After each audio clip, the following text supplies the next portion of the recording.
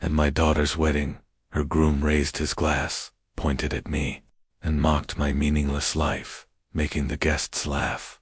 My daughter lowered her head, shy and embarrassed, but then her father-in-law approached her, eyes wide, and asked for my autograph. He knew exactly who I was. Before we continue, please subscribe to the channel and drop a comment with the time, where you are now. Mika's voice cut through the living room like broken glass. Uncle Jasper, we understand things aren't easy for you financially, but this wedding means everything to Lyra. I sat in my old leather armchair, checkbook open on my lap, pen trembling slightly in my fingers. 20 years in this chair. 20 years of quiet talks with my daughter. Now, she stood by the window, her designer heels clicking on the worn hardwood floor as she shifted from foot to foot. I want to help, I said, my voice steadier than I felt. That's why you're here, right? Micah paced behind my coffee table, his expensive watch catching the afternoon light. His eyes flicked over my modest furniture, the faded couch Eleanor and I had bought second-hand, the scratched coffee table Lyra had colored on as a child. His expression said it all. The venue alone is $35,100, he said, glancing at his watch again. And your father's already covering the catering, the band, the flowers. How much do you need? I interrupted, knowing the answer would hurt. Lyra turned from the window, and for a moment, I saw my little girl in her face, the one who used to climb into this very chair with picture books. Then her features hardened again. $50,100 would be perfect, she said quietly. The number hit me like a punch. I opened my checkbook, my aging hands feeling every one of my 68 years. My balance stared back at me. $23,022. Every penny I had saved since Eleanor died. $20,100, I said, tearing out a check with careful precision. That's everything I have, every penny of my savings. Silence stretched between us, wide and heavy. Micah stopped pacing, mouth opening slightly, and then he laughed, not cruelly, just genuinely surprised. Seriously, my father will spend more than that on flowers alone. Heat crept up my neck. It's what I can do. Jasper, Uncle, Jasper. He caught himself, voice softening to something almost like pity. I appreciate the gesture, really. But this is a real wedding. Lyra deserves better than this. His words swept across my life, the family photos on the mantel, the stack of bills on my desk, the coffee growing cold on the side table. Everything I'd worked for, everything I'd saved, dismissed with a wave. Dad, Lyra's voice cracked, like a whip. But she wasn't defending me. She was warning him to choose his words carefully. Look, Micah said, voice low now, dangerous in its calmness. We both know you're living on Social Security and whatever tiny pension you get from your music days. This isn't charity, it's about what Lyra needs for her future. I held out the check anyway, signature still wet. $20,100. 4 months of my income, money saved for emergencies, for repairs to this old house, for medical bills that would surely come. Micah didn't take it. Keep it, he said gently. Maybe use it to fix that leak in your roof. His words hung in the air like smoke. I hadn't mentioned the leak. He'd noticed it himself, the small stain on the ceiling, barely visible unless you knew where to look. He'd catalogued my failures in just 15 minutes. Lyra moved toward the door, heels sharp against the floor. We should go, she said. Honey, please, I said, standing, check still extended. She paused, hand on the doorknob. For a moment, I thought she might turn around, remember who I was, what we used to be. We'll figure something else out, she said without turning. Don't worry about it. The front door opened, letting in traffic noise from the street. Micah followed, pausing only to glance back at me with something like sympathy. Thanks anyway, Uncle Jasper. Then they were gone. Car doors slammed, engine roared, and silence swallowed the house. I remained standing in the empty living room, holding a check no one wanted. The quiet pressed against my eardrums. I set the check on the coffee table, watching it flutter slightly in the breeze. From the vent, $20,100 reduced to a worthless piece of paper by a few careless words. Outside, Micah's BMW disappeared around the corner, taking my daughter with it. I sank back into my chair, leather creaking under my weight. The house felt smaller now, walls seemingly moving inward. Every familiar object mocked Mitha's smiling photos, the dusty guitar case, the pile of bills that never shrank. My phone buzzed on the side table. The sound cut through the quiet like a knife. I fumbled for my glasses, squinting at the bright screen. A text from Lyra. "Don't bother coming to our wedding. We don't need your charity." I read it twice, then a third time. The words refused to change. My fingers hovered over the screen, trying to call her back, but the phone went straight to voicemail. Her recorded voice, cheerful and professional, asked me to leave a message after the beep. I couldn't speak. The phone slipped from my hands, clattering onto the coffee table next to the check. My chest tightened, each breath a conscious effort. This wasn't about money anymore. This was about losing the only family I had left. I picked up the phone again and started typing. "Lyra, honey, I love you. Please don't." Deleted. "I just wanted to help. I'm sorry if." Deleted. "Can we talk? Please." Deleted. Nothing I wrote felt right. Nothing captured the hollow ache spreading through my chest, the disbelief that my own daughter, my little girl, could shut me out so completely. The text felt like her words, sharper somehow, crueler than she had ever been even in her worst teenage years. Maybe it was Micah's influence, or maybe this was who she had become, and I'd been too blind to see it. The afternoon light shifted across the floor, casting long shadows. Somewhere in the distance, a lawnmower started up normal. Suburban sounds, impossibly far away. I sat there, holding my phone, staring at the message, waiting for something to make sense. But nothing did. The check lay forgotten on the table. My signature, already fading in the sunlight. All that money, months of careful saving, meaningless now. Not because it wasn't enough, but because they didn't want it. Because they didn't want me? The house creaked around me, settling into evening. I should get up, make dinner, do something productive. Instead, I sat frozen in my chair, phone heavier than stone, reading the same brutal words over and over until they lost all meaning. "Don't bother coming to our wedding," my daughter's wedding, the day I'd been looking forward to for months, despite my reservations about Micah, the day I'd planned to walk her down the aisle, to give a speech about how proud Eleanor would have been, to dance with her the way we used to when she stood on my feet. Gone. All of it gone in 15 words. I set the phone down and walked to the mantel, legs unsteady. The family photos waited like old friends, faces frozen in happier times. My fingers traced the edge of the largest frame. Lyra at 3, Eleanor holding her on her lap, me in the background with my old acoustic guitar. We looked so complete. Then, a memory hit, teaching 5-year-old Lyra to ride her bike in our old driveway. Eleanor cheering from the porch, hands cupped around her mouth. "You've got it, baby girl. You've got it." And Lyra's triumphant laugh as she pedaled away on her own, wobbling but determined, training wheels spinning uselessly in the air. I picked up another photo. Beach vacation. 1999. All three of us building an elaborate sandcastle, hands caked with wet sand. Eleanor in her yellow sundress, her eyes honey gold. Lyra, maybe 8, sand in her hair, smiling like the world was hers. The kitchen called. Muscle memory guided my shaking hands as I filled the kettle, the simple task grounding me.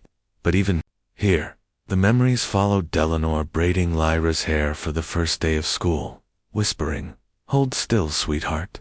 We want you to look perfect." Me at the stove, flipping pancakes into Mickey Mouse ears, lopsided hearts.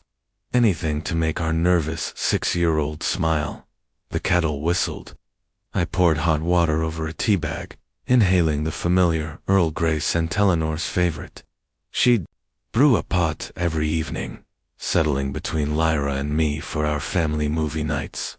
Popcorn in a big wooden bowl, blankets tangled around our feet, arguing over what to watch.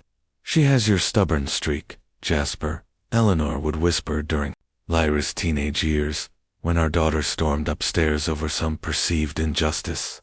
But even then, Lyra would creep back downstairs, curl up next to Eleanor, and let herself be forgiven. I returned to the mantel with my tea, studying each photograph like evidence of a crime. Here was proof we'd been happy. Here was Lyra, at 16, graduation cap askew, hugging both of us with genuine affection. "I love you guys. I love you so much." When had that changed? When had I become someone whose love was charity, whose presence unwelcome? After Eleanor died. Probably. The funeral. The terrible months that followed. Lyra, pulling away, as if grief were contagious. She'd been 25, then old enough to handle loss, but maybe too young to forgive me for not filling the hole her mother left behind. I wasn't enough, without Eleanor as the center, the glue holding us together. Lyra and I had drifted apart like debris after a shipwrecked, different pieces of the same family, floating in separate directions. I picked up the most recent photo, the three of us, at Eleanor's last birthday, just 2 months before the diagnosis. We'd gone to her favorite restaurant, shared a bottle of wine, laughed until our sides hurt. In the picture, Eleanor's head rests on my shoulder, while Lyra leans across the table, reaching for her mother's hand. We looked invincible. Then, unbreakable, the clock on the mantel chimed 5. Had I really been standing here for over an hour? My tea had gone cold. The light outside shifted toward evening. I was still holding the photograph, still trying to understand how everything had gone so wrong. 3 faces smiled back at Mia, complete family. Unaware of the pain waiting just around the corner, Eleanor's laugh seemed to echo through the glass. Lyra's young voice calling, "Daddy," from some distant summer afternoon. But now, the house was silent, broken only by the tick of the clock and the settling of old wood. The check lay forgotten on the coffee table. The phone stayed mercifully quiet. I stood among ghosts of better days, holding proof of what we used to be, wondering if I'd ever see my daughter smile at me like that again.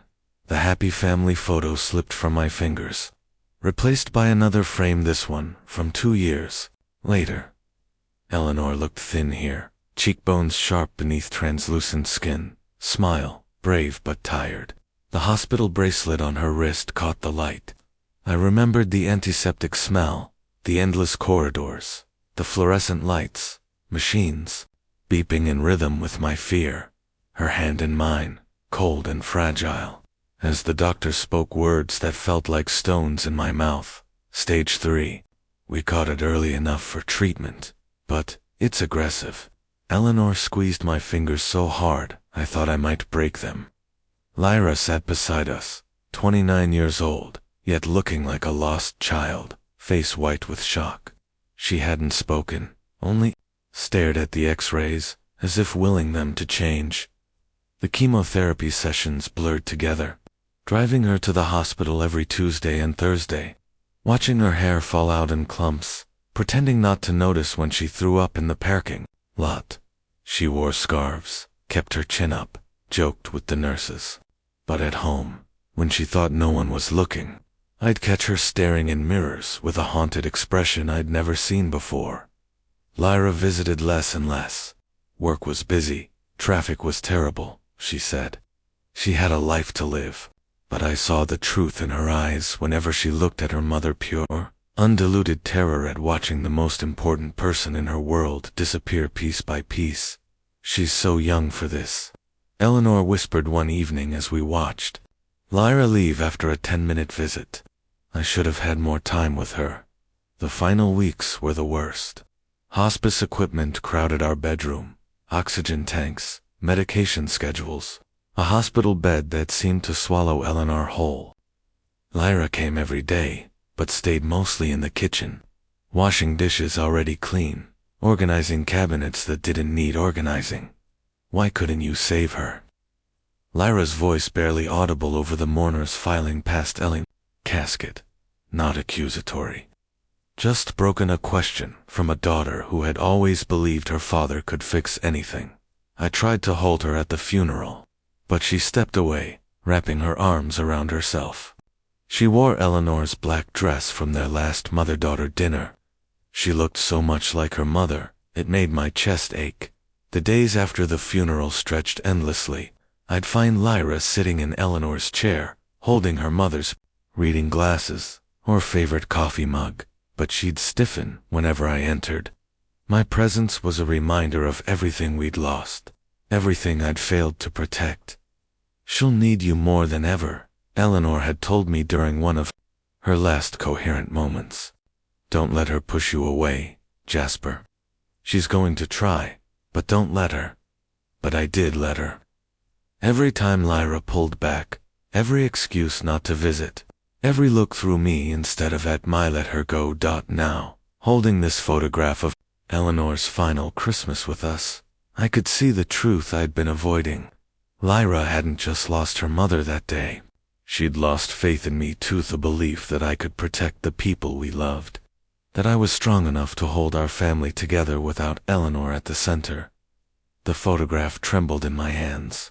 Eleanor's eyes stared back, bright with hope despite the illness ravaging her body. She had trusted me to take care of our daughter. I had failed them both. I set Eleanor's photograph back on the mantel and walked to the kitchen, muscle memory guiding me through the familiar ritual. Coffee, Eleanor's old ceramic mugs, chipped rims we'd never replaced. The routine felt hollow, like performing a play in an empty theater. Steam rose from the fresh pot as I poured. The rich aroma filled the silence. Instead of comfort, it brought back another memory, the first time Micah visited our home. Lyra had been nervous that day, straightening couch cushions, checking the bathroom mirror 3 times. I'd made my famous lasagna, the recipe Eleanor had perfected over 20 years of Sunday dinners. So, this is where Lyra grew up. Micah's voice had carried a tone I couldn't place at first. Cozy. The word hung in the air like smoke from a cigarette. Not small or modest. Cozy. Everything about my life reduced to one patronizing syllable. He'd walked through our living room with the precision of someone touring a museum, cataloging every worn piece of furniture, every faded family photo, every trace of what Eleanor and I had built over 3 decades. We should probably eke out, he suggested when I invited him to stay for dinner. There's a great place downtown. You'd love it, Mr. Grant? Lyra agreed immediately. That sounds wonderful, Dad. Maybe we should try something new. Something new. As if 30 years of Sunday lasagna dinners were something to outgrow. Something to be ashamed of. I watched them leave from the kitchen window. Micah's hand rested on Lyra's back, guiding her toward his sleek BMW. Through the glass, I heard him comment on the neighborhood, property values, areas with more potential. The visits that followed grew shorter, less frequent. When they did come, Micah's casual observations cut like paper, tiny wounds that didn't bleed, but never quite healed. My father always says a man's worth is measured by what he provides, he said one evening, glancing round our modest living room. Success leaves clues, you know. After that, Lyra started seeing our home differently. She noticed things she hadn't before: the water stain on the ceiling, threadbare spots in the carpet, the faucet that dripped no matter how tightly I turned it. Don't you want something better than this? I overheard Micah ask her one afternoon in the driveway. Better than this? Better than the home where she'd learned to walk, where Eleanor had read her bedtime stories, where we'd celebrated every birthday and holiday for 30 years. Maybe Dad should consider downsizing, Lyra said during one visit. This place is getting too big for him to maintain alone. She looked at Micah while saying it, seeking approval. The daughter who had once defended me against playground bullies was now suggesting I abandon the home Eleanor and I had built the place where every room held memories of our life as a family. I should have fought back.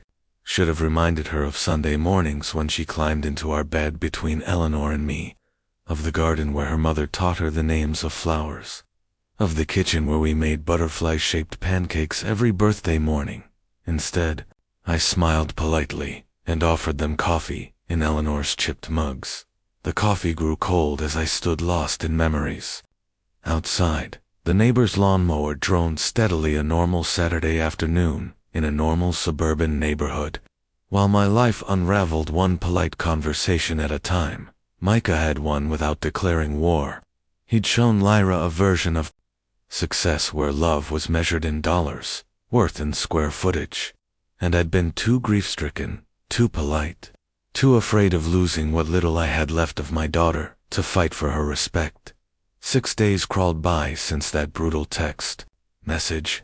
Sunday morning brought my first attempt to call Lyra straight to voicemail. That cheerful, professional recording felt like another slap in the face. "Hi, sweetheart. It's Dad. I just wanted to." The beep cut me off before I could finish. I stared at my phone, wondering if 30 seconds could ever convey 30 years of love. Monday and Tuesday were the same. One call each day, straight to voicemail. Messages growing more desperate. "Lyra, please call me back. I love you, honey. We should talk about this. By Wednesday, I stopped calling. I threw myself into cleaning corners of the house I'd avoided since Eleanor died. Closets full of her belongings I couldn't bear to sort. Perfume still lingering on dresses I never donated. Her reading glasses waiting on the nightstand. Thursday brought drafts of texts typed and deleted. A handwritten letter I couldn't mail. My handwriting shaky, old, nothing like the confident script that once signed autographs for fans who remembered my band's brief success. Friday morning, I was in Eleanor's garden, pulling weeds around her rose bushes, hands moving automatically, guided by muscle memory and her careful instructions from summers past. Not too close to the roots, Jasper. Give them room to breathe. The dirt felt grounding, honest work that required nothing but attention and care. The afternoon sun warmed my shoulders when my phone buzzed against my leg. Another telemarketer, or a pharmacy reminder. I almost ignored it, but something made me check. Hope, habit, maybe the desperate part of me that still believed in miracles. "Dad, can we meet and talk? I'm sorry about everything. I read it 3 times before the words registered, 4 times before I believed them." My fingers shook as I typed back, deleting and retyping, until the response felt right. "Of course, sweetheart. When and where?" Her reply came quickly.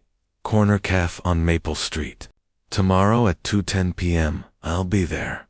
I set the phone down carefully, as if sudden movement might shatter this fragile possibility. Then I walked to the bathroom mirror, studying the face. That looked back, gray stubble, deeper lines around my eyes, weight loss that made my shirts hang loose. Would she notice how much I'd aged in 6 days? Should I shave, dress up, try to look like the father she remembered, instead of the broken man I'd become? The printed text in my pocket crinkled when I touched it. Proof that this wasn't another dream, another fantasy born from too much solitude and regret. Tomorrow at 2:10, I'd see my daughter again. Tomorrow, maybe, we could begin finding our way back to each other 15 minutes early. As always, I sat at a corner table in the Sunset Bistro, checking my watch for the 4th time in 2 minutes. The cafe hummed with Saturday energy young professionals on laptops. Families with strollers, the kind of place where a single cup of coffee cost more than I used to spend on groceries for a week. My hand smoothed down my shirt collar, the same navy button-down I'd worn to Eleanor's funeral. Clean, pressed, showing its age around the cuffs. When Lyra walked through the glass doors at exactly 2:10, my chest tightened with relief. She looked beautiful, sophisticated, her designer purse probably worth more than my monthly Social Security check. But her eyes held the uncertainty of a child who'd broken something precious and wasn't sure if forgiveness was possible. Dad, her voice caught slightly. Thank you for coming, sweetheart. I stood too quickly, nearly knocking over my coffee. Of course I came. We hugged awkwardly across the small table. Her perfume was unfamiliar, refined. When we sat, silence stretched like a chasm neither of us knew how to cross. Your coffee's getting cold, she said, nodding at my untouched cup. I was nervous, I admitted. Didn't want to spill it when you arrived. That earned me a small smile, the first genuine one I'd seen from her in months. Dad, I'm so sorry about everything, she said. The way I treated you, that horrible text message. Lyra, honey, all that matters is that we're talking now. No, let me finish. She leaned forward, hands clasped tightly around her latte. I was cruel, unforgivably cruel, and the things Micah said about your house, about your situation. He was right though. I can't provide what you deserve. Stop. Her voice was firm, reminiscent of Eleanor when she had made up her mind about something. You gave me everything that mattered. Love, stability, a childhood full of memories I treasure. Micah knows that now. He feels terrible about what he said. He wants to apologize personally. I nodded, though something twisted in my stomach. People like Micah didn't suddenly feel pangs of conscience. But maybe I was being unfair. Maybe wedding stress made everyone say things they didn't mean. I still want to give you the $20,100, I said, reaching into my jacket pocket where the check lay folded. It's all I have, but it's yours. Dad, no. Lyra reached across the table, covering my hand with hers. Buford has already covered everything. The venue, catering, flowers, everything. We don't need your money. We don't need your money. The words hit harder than she intended. Not we appreciate your offer, or you're so generous, but we don't need it, as if my contribution were irrelevant rather than insufficient. I want you there. She continued, oblivious to the wound she had just opened.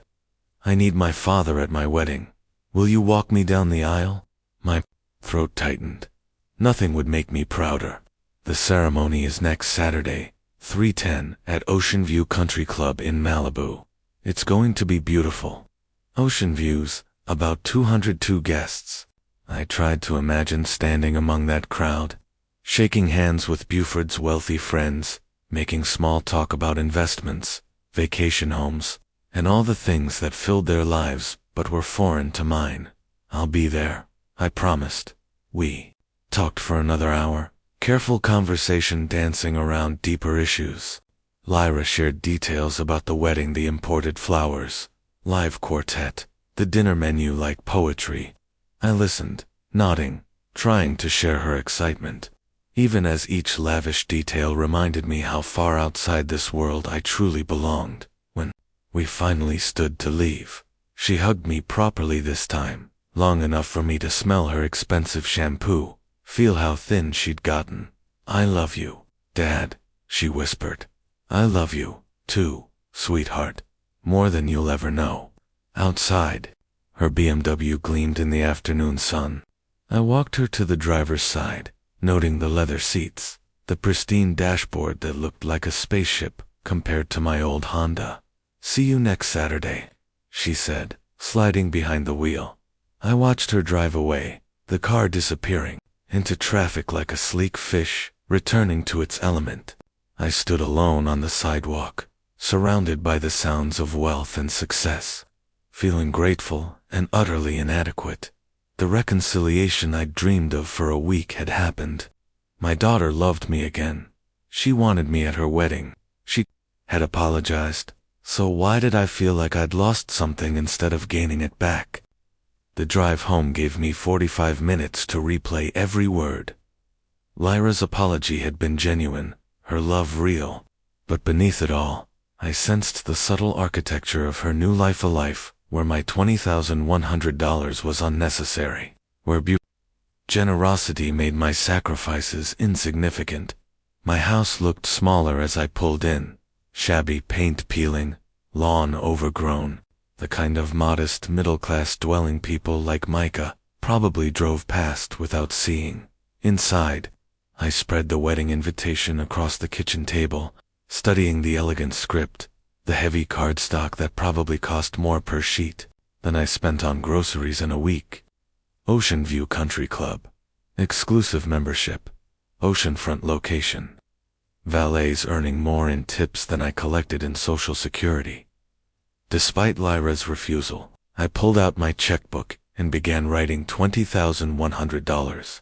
My entire financial worth reduced to numbers on paper. I drafted a note to accompany it simple, about love being more valuable than money, about wanting to contribute to her happiness. 3 drafts went into the wastebasket before I got it right. Finally, I tucked the check and note into stationery Eleanor had given me years ago, handling it with precise care. The presentation mattered. When you had little else to offer, evening crept across the house like fog rolling in from the ocean. I made a simple dinner, soup and crackers, and sat at the kitchen table, looking out at Eleanor's garden. She would have known what to wear, how to navigate the social complexities of wealth and status. Without her, I felt like an actor who had forgotten his lines. The alarm clock beside my bed read 9:43 when I finally turned out the lights. 1 week until the wedding. 1 week to mentally prepare for a world where my daughter belonged, and I remained forever an outsider. I lay awake for a long time, listening to the familiar creaks and sighs of my old house settling around me. Somewhere in Malibu, 202 people would gather next Saturday to celebrate Lyra's new beginning. I'd be among them, wearing my outdated suit and carrying my modest gift. Proud of my daughter but painfully aware of everything I couldn't provide. The wedding invitation sat on my nightstand, cream and gold elegant against the worn wood. Tomorrow, I'd iron my shirt, polish my only pair of dress shoes, practice small talk for conversations I'd never truly belonged to. But tonight, I simply held the envelope containing my $20,100 gift and wondered if love could ever be enough. When the world measured worth in currency I'd never possess, my Honda looked like a rust-colored beetle among the gleaming luxury vehicles in the Ocean View Country Club parking lot. Mercedes, BMW, Porsche, cars that cost more than I'd earned in my best years with the band. The young valet, who took my keys, managed a neutral expression, but I caught a slight raise of his eyebrows at the dented bumper. "Welcome to Ocean View, sir," he said politely, handing me a numbered ticket. The clubhouse entrance was all marble and crystal, floor-to-ceiling windows showcasing an impossible view of the Pacific Ocean. Guests flowed through the space in designer formal wear, their conversations a symphony of confidence and casual wealth. I clutched the envelope containing my gift, suddenly aware of how my navy suit stood out not in a good way among the impeccably dressed crowd. "Excuse me, are you at the Grant party or the Thompson party?" A young woman with a clipboard and headset approached, professional and precise. "Grant. I'm Theodore Grant, Lyra's father." Her expression shifted a flicker of recognition, followed by something that might have been pity. "Of course, right this way, Mr. Grant. You're at table 13. Table 13 sat near the back, close to the kitchen doors. Not exactly the place of honor for the father of the bride, but Buford was paying for this elaborate production. I was more guest than family here. "And what line of work are you in?" the man next to me asked, extending a manicured hand. His watch alone probably cost more than my annual income. "I'm retired," I said. "Technically true." "Oh, wonderful. What did you retire from?" The conversation died when I mentioned my modest pension and Social Security. He turned to discuss real estate investments with the woman on his other side, leaving me to observe the magnificent chaos around me.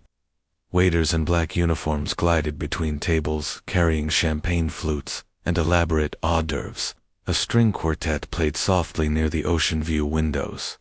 Floral arrangements that probably cost thousands of dollars created fragrant sculptures throughout the space. I calculated costs automatically, a habit from Eleanor's illness. When every dollar mattered, the flowers alone represented months of my income. The champagne poured so freely cost more per bottle than I spent on groceries in a week. Daddy. Lyra appeared beside my table, radiant in her flowing white gown. For a moment, she was just my little girl, again the child who used to dance on my feet in the living room while Eleanor played piano. You look beautiful, sweetheart, I said, standing to hug her carefully, mindful of her elaborate dress and professional makeup. I'm so glad you're here, she whispered. But her eyes were already scanning the crowd, tracking dozens of details that required her attention as the bride. Where should I put this? I held up my gift envelope, suddenly conscious of its simplicity among the towering display of elaborately wrapped presents near the entrance. Just put it with the others, she said distractedly, already moving toward the next group of guests, requiring acknowledgement. I walked to the gift table. My cream envelope looked like a child's drawing next to the professional wrapping and elegant ribbons surrounding it. $20,100, my entire financial worth, reduced to the most modest offering in a sea of extravagant generosity. Ladies and gentlemen, please take your seats for the ceremony. The crowd began moving toward the outdoor pavilion, chairs arranged in perfect rows, facing the ocean. I found my assigned seat in the third row from the back, far from the family section, where Micah's relatives sat in expensive fabrics and confident postures. The ocean breeze carried the scent of salt and jasmine as guests settled into their places. Somewhere in this perfectly choreographed production, my daughter would marry into a world where my love mattered, but my presence was merely tolerated. The string quartet transitioned into wedding music. I gripped the program in my hands, watching as Buford Thompson's world prepared to welcome my daughter permanently into its embrace. Crystal clinked against crystal as the reception began in earnest. I found myself seated at table 13 with distant relatives I barely recognized, second cousins and family friends who offered polite smiles before turning to more interesting conversations about vacation homes in Tuscany and investment portfolios. The dinner was spectacular, each course more elaborate than anything I'd eaten in years. Lobster bisque, filet mignon with truffle sauce, wines that probably cost more per bottle than I spent on food in a month. I ate carefully, conscious of every movement, every sound my fork made. Against the expensive china, laughter rippled across the room as stories were shared and toasts prepared. From the head table, I could see Lyra glowing with happiness. Micah, beside her, looked every inch the successful groom. Buford commanded attention at the center, regaling guests with animated stories that drew appreciative chuckles. When Micah stood, tapping his crystal glass with a silver knife, the room fell, silent with expectation. He looked confident, comfortable, born to be the center of attention in a room full of important people.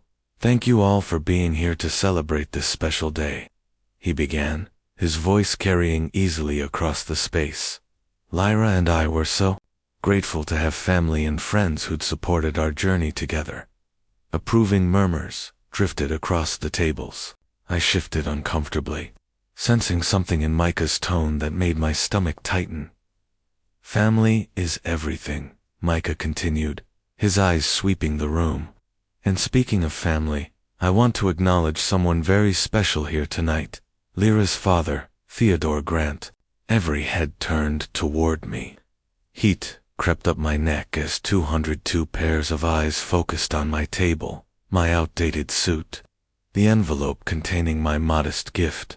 Theodore represents something we don't see much anymore, Micah said, his smile bright, seemingly innocent, but his words cut like scalpels.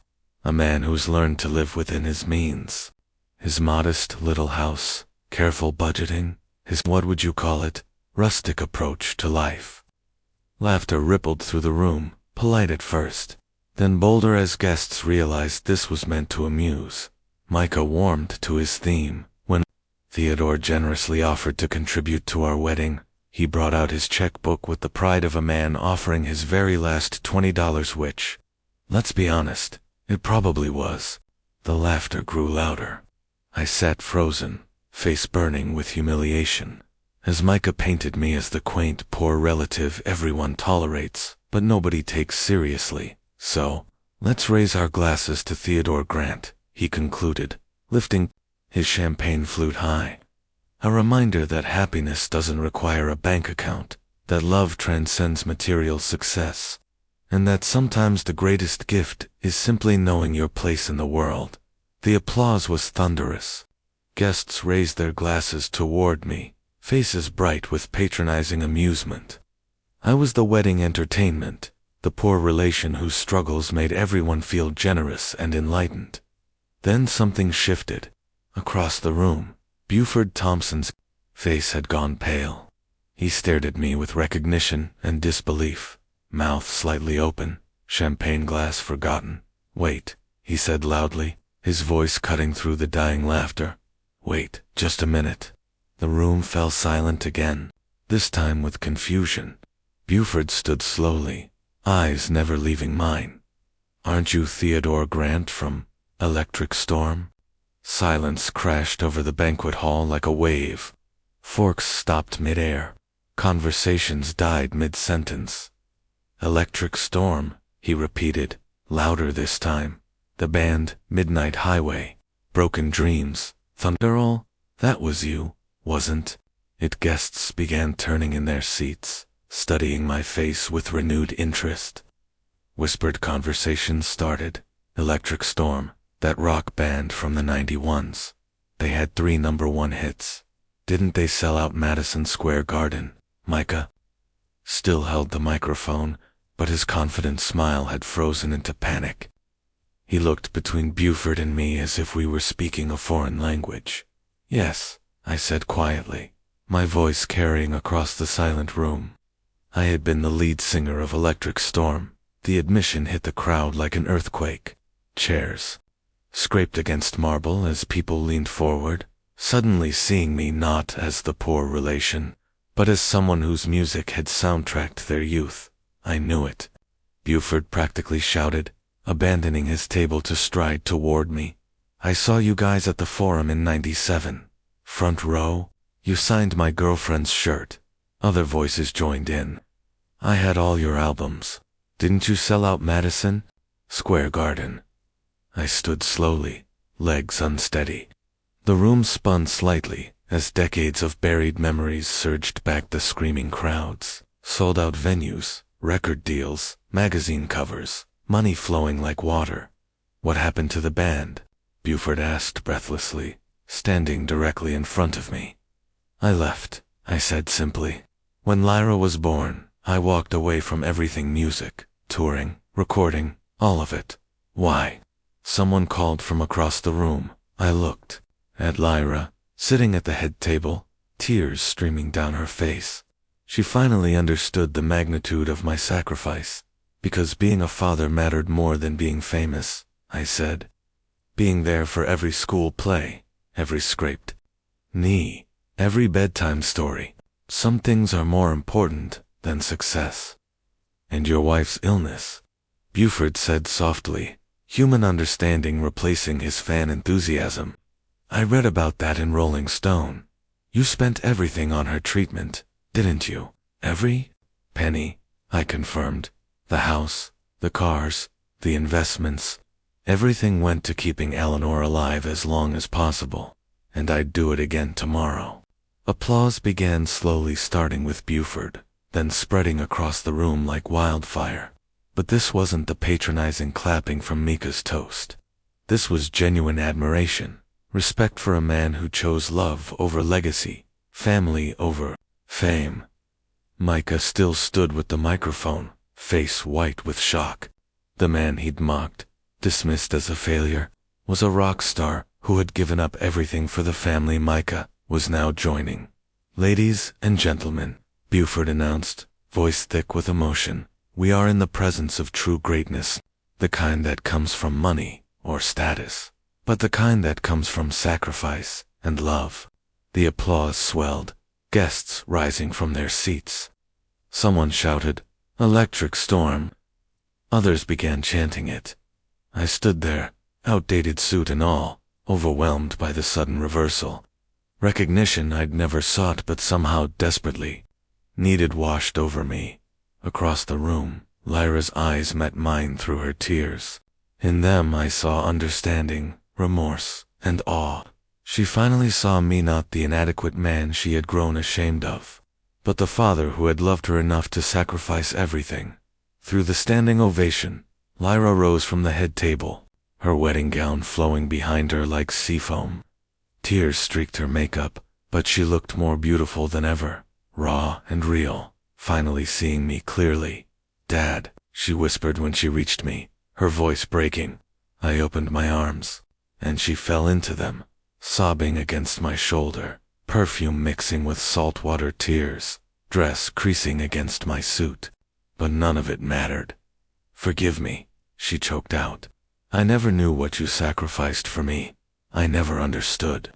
"Sweetheart, there's nothing to forgive," I murmured, stroking her hair the way Eleanor used to. "I got the greatest gift watching you grow up. Every song I didn't write, every stage I didn't perform, on it was all worth it for you." Around us, applause continued, but now it felt distant. Background noise to this moment I'd waited 3 years to experience. My daughter in my arms again, really seeing me, finally understanding what our family had meant. Micah appeared beside us, microphone still clutched, face pale with shame. "Mr. Grant," he said, voice barely audible above the ovation. I had no idea. I'm deeply ashamed of everything I've said, everything I've assumed. I looked at him over Lyra's head. The young man who'd spent months diminishing me saw genuine horror in his eyes. Not embarrassment at being caught, but true recognition of the pain he'd caused. "You didn't know," I said simply. "That's no excuse." He lifted the microphone with shaking hands. "Ladies and gentlemen, may I have your attention once more?" The crowd quieted, sensing the shift in tone. "I owe someone a profound apology," Micah continued, voice stronger now. "Theodore Grant is not just a rock legend who chose family over fame. He's the kind of man I hope to become, someone who understands that love and sacrifice matter more than money or status. Sir, I'm honored to call you family." He stepped forward and extended his hand. I shook it firmly, seeing something different in his eyes. Now not the calculating assessment of my worth, but genuine respect for choices he was only beginning to understand.